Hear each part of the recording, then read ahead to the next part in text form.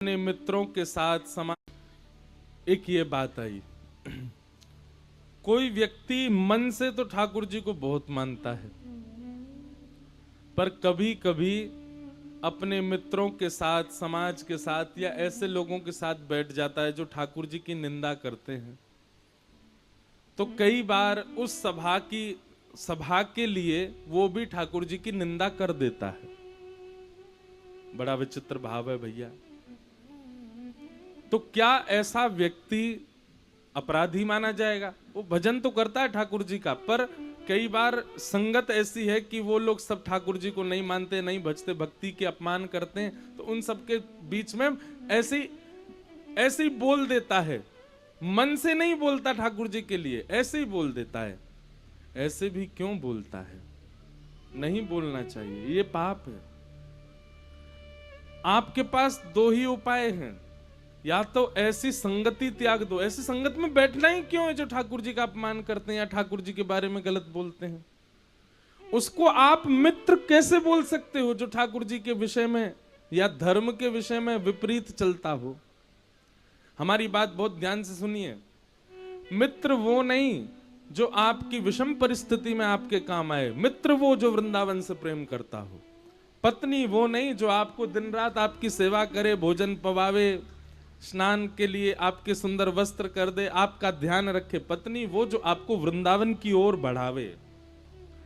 बच्चे वो नहीं जो बहुत धन कमावे, बहुत यश वैभव कमावे, ऐश्वर्य कमावे। बच्चे वो जो किशोरी जी और ठाकुर जी की सेवा के प्रति आपको अग्रसित कर दें।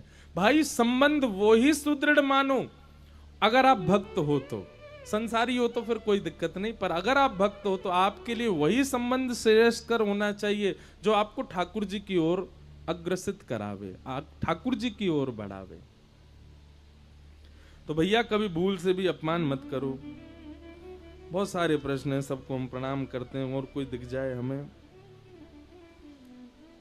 सबको हम नमस्कार करते हैं। जिन जिन के प्रश्नों के उत्तर मिल गए उनको तो प्रणाम, जिनके नहीं हो पाए शायद कथा में ही कोई उत्तर मिल जाएगा। आप लोग ध्यान से सुन लो। बोलो वृंदावन बिहारी लाल की। भगवान का विवाह रुक्मणी जी से हुआ। रुक्मणी कौन है? लक्ष्मी। भगवान श्री कृष्ण रुक्मणी विवाह से एक बात स्पष्ट होती है, बहुत ध्यानपूर्वक सुनिए सब लोग।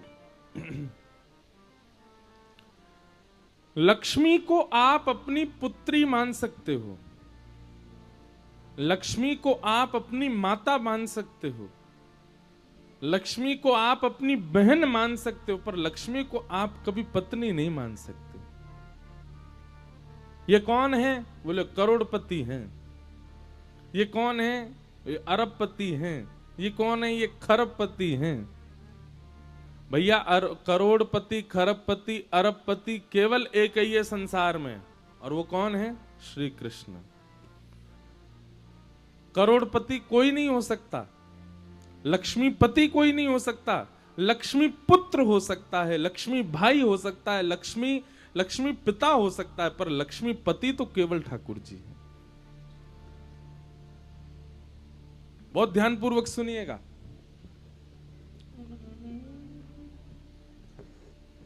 धन के प्रति यदि आपका दान का भाव है तो आप लक्ष्मी के पिता हो, क्योंकि पिता क्या करता है? कन्यादान। आपके पास बहुत धन है या जितना भी धन है, आपका मन होता है कि इसका दशांश मैं कुछ देता रहूं, सेवा में दूं, लोगों की सेवा में दूं, गरीब बालकों के अध्ययन में दे दूं, असहाय कन्याओं के विवाह में दे दूं, लाचार कोई व्यक्ति है तो उसकी सेवा में कर दूं, ब्राह्मणों को दान कर दूं, आदि आदि। आपके मन में ये भावना बनी रहती है कि मुझे थोड़ा थोड़ा दान करना है, तो आप लक्ष्मी के पिता हो।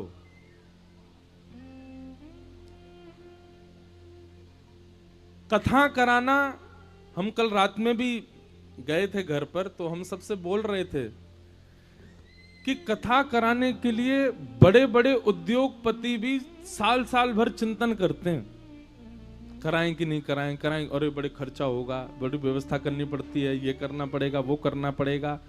इतने सारे लोग हमारे सिर पे आके बैठ जाएंगे, सबको व्यवस्थित करना है, ये महाराज जी कथा करवे आएंगे, इनके संग इतने लोग आएंगे, इन सबकी व्यवस्था करनी पड़ेगी, सबको भोजन करना, सबकी जिम्मेवारी हो जाती है कथा कराने वाले की। किसी को भी दिक्कत हुई तो जिम्मेवारी कथा कराने वाले की है।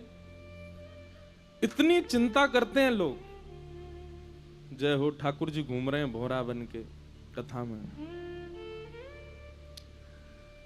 सब लोग इधर देखो,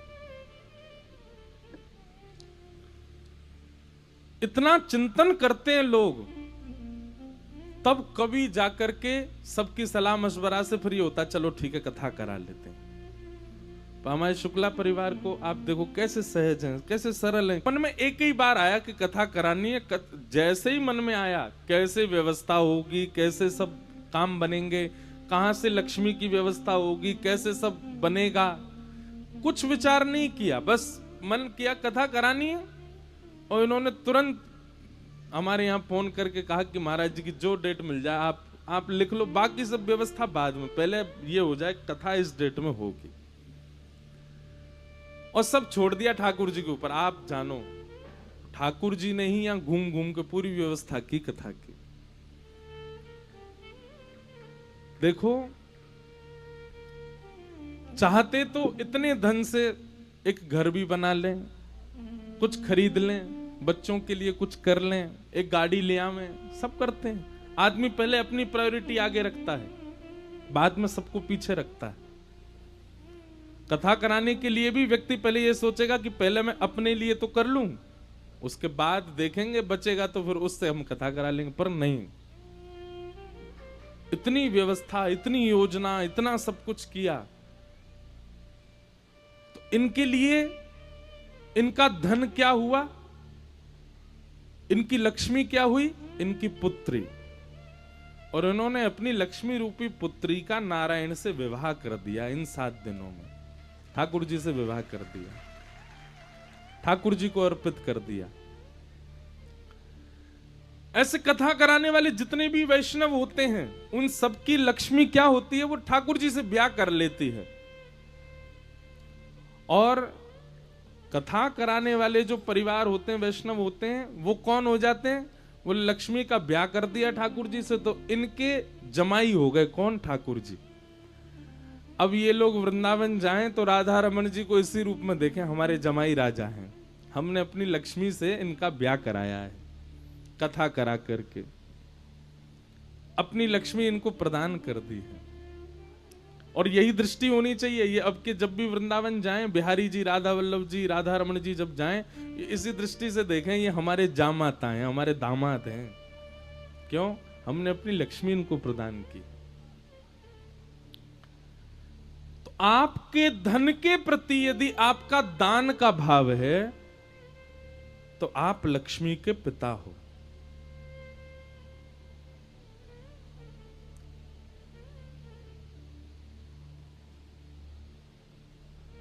आपका धन के प्रति भोग का भाव है कि ये धन है इतना मेरे पास, थोड़ा सा इधर लगा दूं, थोड़ा सा अपने लिए ऐसा कर लूं, थोड़ा सा अपने लिए ऐसा कर लूं, अपने लिए ऐसा कर लूं।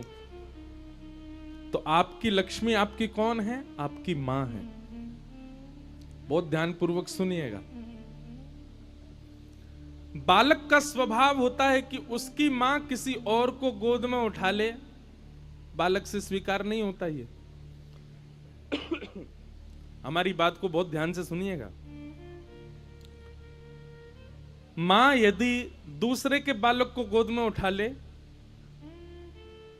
दूसरे के बालक को लेके घूमती रहे, तो उसका अपना बालक जो होता है वो बड़ा इनसिक्योर हो जाता है, रोने लग जाता है, चीखने चिल्लाने लगेगा। मां कोई पकड़ेगा, बोले कि मुझे लो गोदी में, मैं हूं आपका अधिकारी, आपने किसी और को कैसे ले लिया।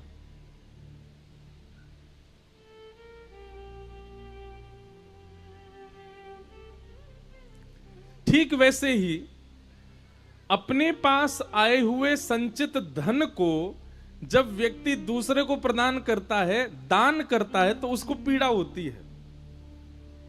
ये तो मेरा है, मैं इसको क्यों दे रहा हूं, ये तो मेरा है, मैं इसको क्यों बांट रहा हूं, मेरा है, मेरे पास ही रहना चाहिए, मेरे योग में आना चाहिए। अच्छा, इसको देना है तो ज्यादा से ज्यादा थोड़ा से थोड़ा दो, ज्यादा से ज्यादा मेरे पास रहना चाहिए।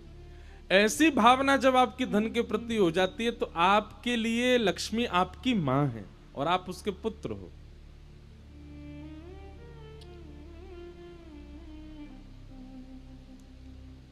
और तीसरा संबंध आपका लक्ष्मी के साथ में होता है पति का। आप कभी उसको पति मान लेते हो, पत्नी मान लेते हो, ये मेरा है, इतना भी किसी को नहीं दूंगा, मैंने मेहनत करके कमाया है, मैंने परिश्रम करके इसको अपना बनाया है, ये मेरा है, मैं जानता हूं मैंने किस लेवल से शुरू किया था। भाई सब जीरो से ही शुरू करते हैं।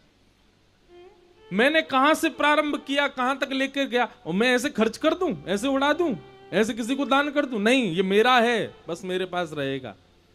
और ये भावना करके रत्ती भर भी किसी को न दे करके उसको अपना बंधी बना करके लक्ष्मी को, जो केवल अपने प्रयोग में ही व्यय करता है, किसी को भनक भी नहीं पड़ने देता कि कहां है, कैसा है, ऐसा व्यक्ति लक्ष्मी को अपनी पत्नी मानता है, अपनी दासी मानता है और स्वयं उसका स्वामी बनकर के रहता है।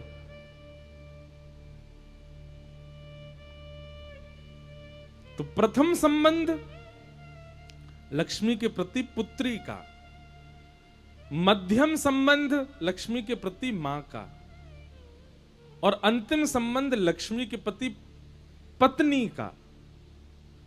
उत्तम व्यक्ति जो होता है उसकी गति होती है दान, मध्यम व्यक्ति की गति होती है भोग, और अधम व्यक्ति, तृतीय व्यक्ति की गति होती है नाश। जिसने भी लक्ष्मी को अपनी दासी माना, ये मेरी